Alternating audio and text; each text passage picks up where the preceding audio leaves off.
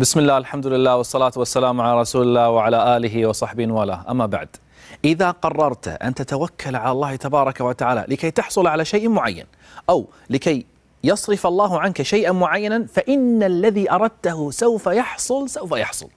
إما أن يحصل هو بذاته أو أن يحصل لك ما هو أفضل منه، إلا إذا كان توكلك ضعيفا، فإن حصول ما تريد قد يتأخر، ومقدار التأخر يكون بحسب مقدار التوكل في قلبك. كان التوكل أضعف تأخر أكثر. طيب أنا توكلت، لكن كيف أعرف توكلي قوي أم ضعيف؟ يعني هذا شيء قلبي. يعني صدقة لها رقم أستطيع حسابها، صلاة لها ركعات يمكن أن أعرف عددها، لكن كيف أعرف التوكل؟ كيف أقيس توكلي؟ هل هو ضعيف أم قوي؟ يمكنك ذلك.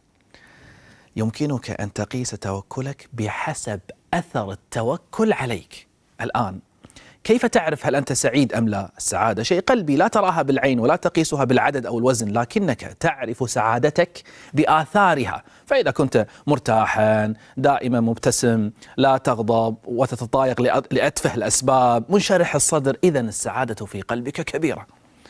أما إذا كنت تحس بوحشة في صدرك وقلق، يعني أشياء كثيرة التي كانت تفرحك ما عدت تجد لها طعما، تتضايق لأتفه الأسباب، لا تستحمل أحدا، إذن هنا سعادتك ضعيفة، أصلا ربما لا تكون سعيدا. بالمناسبة موضوع السعادة هذا كله له حل، لكن ليس هو موضوعنا اليوم. الشاهد أنه كما أنك تعرف حجم سعادتك بآثارها عليك، فيمكنك أيضا أن تعرف هل توكلك قوي أم ضعيف بناء على آثار التوكل عليك. ما هي آثار التوكل؟ ثقة، طمأنينة، عدم اضطراب. إذا كنت قلقا وغير مطمئن مع أنك متوكل على الله، فهذا توكل ضعيف. وأما إذا كنت واثقا مرتاحا وكأن الشيء الذي كنت تريده قد حصلت عليه أصلا، هذا توكل قوي. موسى عليه السلام لما لحقه فرعون ومن معه ووصلوا إلى البحر، وقال أصحاب موسى إنا لمدركون، خلاص سنموت، البحر من أمامنا وفرعون جنود من خلفنا. قال موسى عليه السلام في تلك اللحظة كلا، ما قال لا، قال كلا إن معي ربي سيهدين. كيف؟ موسى عليه السلام ما يعرف لحد الآن، ما أخبره الله تعالى أنه سيضرب البحر وأن البحر سينفلق وسيعبر هو ويغرق فرعون. الله تبارك وتعالى ما أخبره، ما يعرف، لكن مع هذا قال كلا إن معي ربي سيهدين. وإذا كان هو لا يعرف فإن الله عز وجل يعلم. كيف ستكون النجاة؟ لماذا؟ لأنه توكل قوي جدا. وأنت كذلك إذا كنت مطمئنا واثقا بالله ومتيقنا بأنه سيأخذ بيدك للسعادة، لأنه وعدك بأنه حسبك، من يتوكل على الله فهو حسبه، عنده لن تقلق. هذا توكل قوي.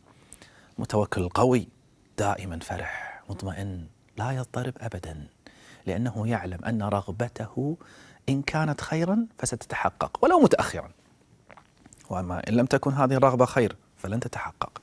فهو قد أراح نفسه من التردد والتشكك والتفكير.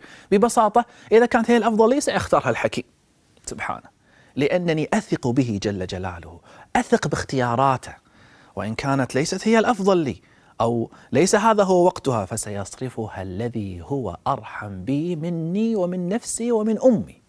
فيا الله كم هو متميز هذا المتوكل.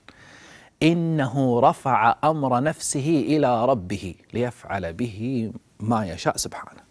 فكما أن الرضيع يسلم نفسه لأمه تفعل به ما تشاء ولا يعترض عليها في أي شيء تعطيه ولا أي شيء تسقيه، فكذلك صاحب التوكل قوي مع ربه، إنه يقبل كل شيء من ربه.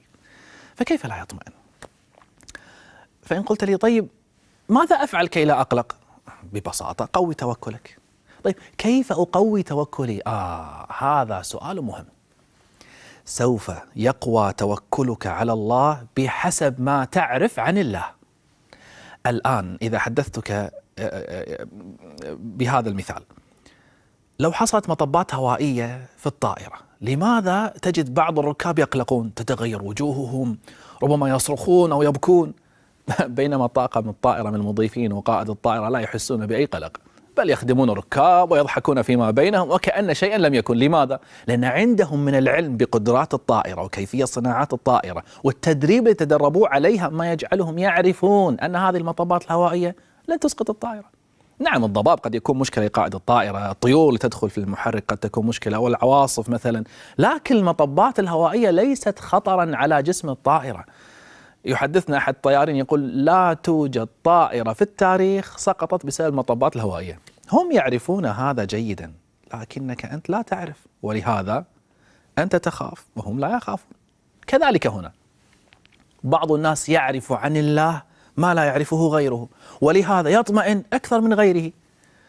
وهل الله تبارك وتعالى له أسرار يعرفها بعض المسلمين ولا يعرفها الآخرون؟ لا، ليست أسرارا، ليس لدينا أسرار، كلها موجود في الكتاب والسنة. لكن هل قرأتها؟ هل تدبرتها؟ هل طبقت آثارها؟ فكما أن الناس ليسوا بمتساوين في الإيمان، فهم أيضا لا يتساوون بمعرفتهم عن الله. فماذا تعرف عن ربك؟ ماذا تعرف عن إلهك العظيم الجليل